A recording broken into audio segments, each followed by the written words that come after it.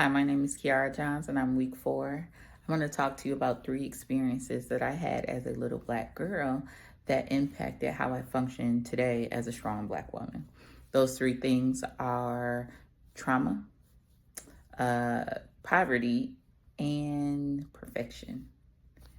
And so I guess I'll start with the first one, trauma, experiencing disasters, catastrophes. I'm no stranger to them.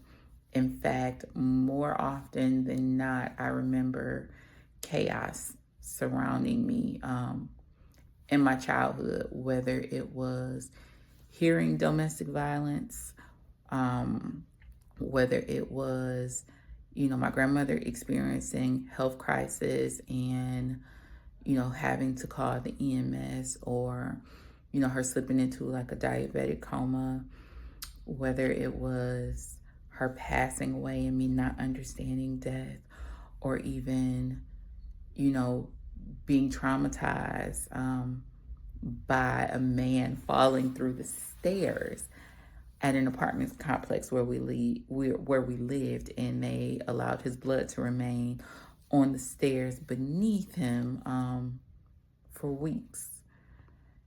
I have experienced numerous traumatic events in my life, and even to this day, there are things that I still have to be diligent about getting the healing that I need, about asking God to heal and deliver me from certain memories, from certain thoughts.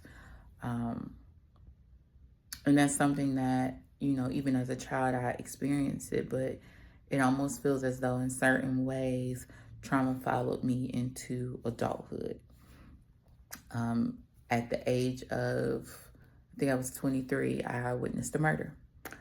Um, at the age of, I think it was 24, my father murdered someone. And the list just goes on and on and on and on and on. But traumatic experiences have surrounded me, and how it impacted me as an adult. I felt like the world and everything around it was all uncertain. I felt like it was always going to be something else, another battle, another incident, another accident. I felt as though trouble was creeping around every corner. The next thing that impacted me, as a child, or that I experienced as a child that still impacts me today, would be just growing up poor. I grew up in a single parent household. My grandmother did, while she was still living, assist my mother in raising us, but she passed away when I was 12 years old. My mother got pregnant with me when she was 14. She worked in order to take care of me and my siblings. There were 3 of us at the time. I do have additional siblings, 4 of us now. But it was hard growing up. I remember us not having a washer, a dryer. I don't even think I knew what cable television was until I got to maybe high school.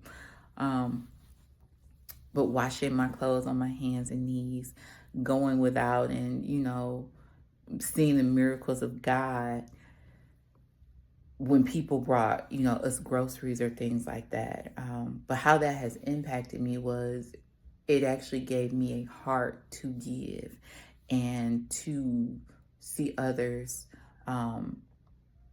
in a different light, right? So to the desire to never see them go without, having the desire to create resources so that they don't have to experience the things that I experienced. And being very cautious to never make people ask you for help, to be the one to extend help or grace, even when it's not asked, because I know firsthand that it's not always easy to ask. And then the last thing, growing up perfect.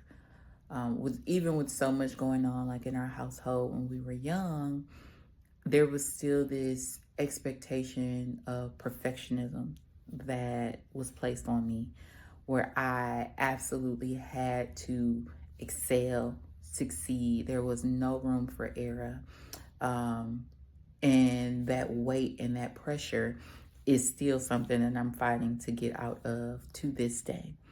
There are times when I have to, talk to myself, encourage myself. You are not Superwoman. You are not able to do and to be everything to everyone and everybody.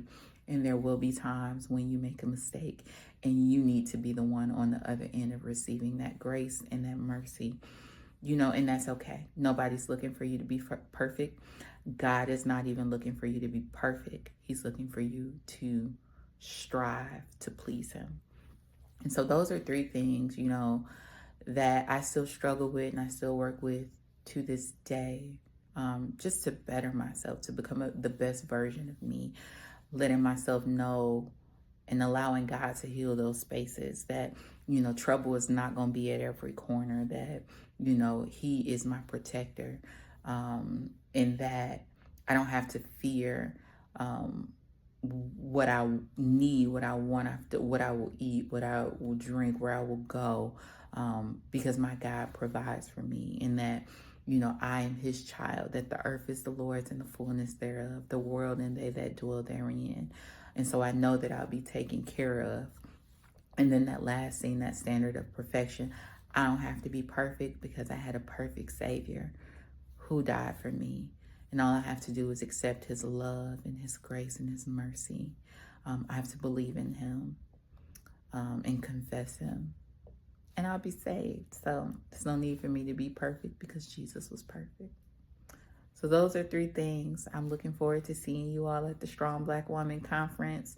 I'm so excited. Get y'all tickets. They are on sale now. But have an amazing week.